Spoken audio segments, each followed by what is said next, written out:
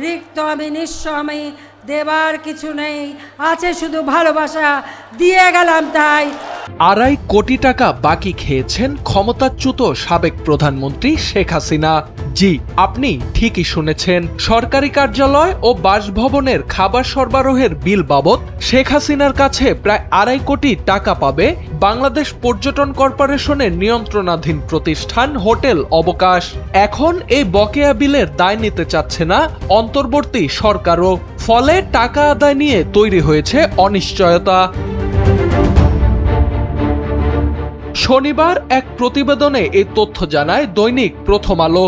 প্রতিবেদনে বলা হয়, সাবেক প্রধানমন্ত্রীর কার্যালয় ও বাসভবনে চাহিদা অনুযায়ী নিয়মিত খাবার সরবরাহ করত হোটেল অবকাশ।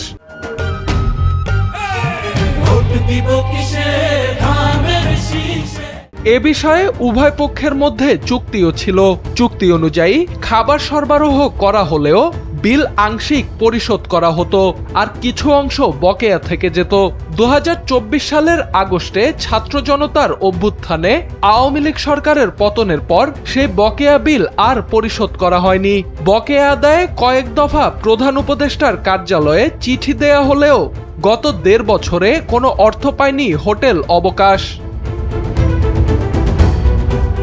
বাংলাদেশ পর্যটন কর্পোরেশনের পাঠানো চিঠিতে বলা হয়েছে, ক্ষমতাচ্যুত শেখ হাসিনা সরকার ও বর্তমান অন্তর্বর্তী সরকারের সময়কালে খাবার সরবরাহ বাবদ মোট অপরিশোধিত পাওনার পরিমাণ প্রায় 2,89,20,000 টাকা। এর মধ্যে সাবেক প্রধানমন্ত্রীর কার্যালয়ের বিল প্রায় 2,54,50,000 টাকা। চিঠিতে আরো বলা হয়, বকেয়া আদায় না হওয়ায় তহবিল সংকটে পড়েছে প্রতিষ্ঠানটি। তারল্য সংকটের কারণে কর্মকর্তা কর্মচারীদের বেতন ভাতা পরিশোধে বিলম্ব হচ্ছে। কাঁচামাল সরবরাহকারী প্রতিষ্ঠানগুলোর কাছেও বকেয়া থাকায় তারা মালামাল দিতে অনাগ্রহ দেখাচ্ছে। এতে প্রধান উপদেষ্টার কার্যালয় ও বাসভবনে নির্ধারিত চাহিদা অনুযায়ী খাবার সরবরাহে সমস্যা তৈরি হচ্ছে। হোটেল অবকাশের এক ঊর্ধ্বতন কর্মকর্তা প্রথম আলোকে জানান, প্রতি বছর চুক্তি নবায়ন করা হতো।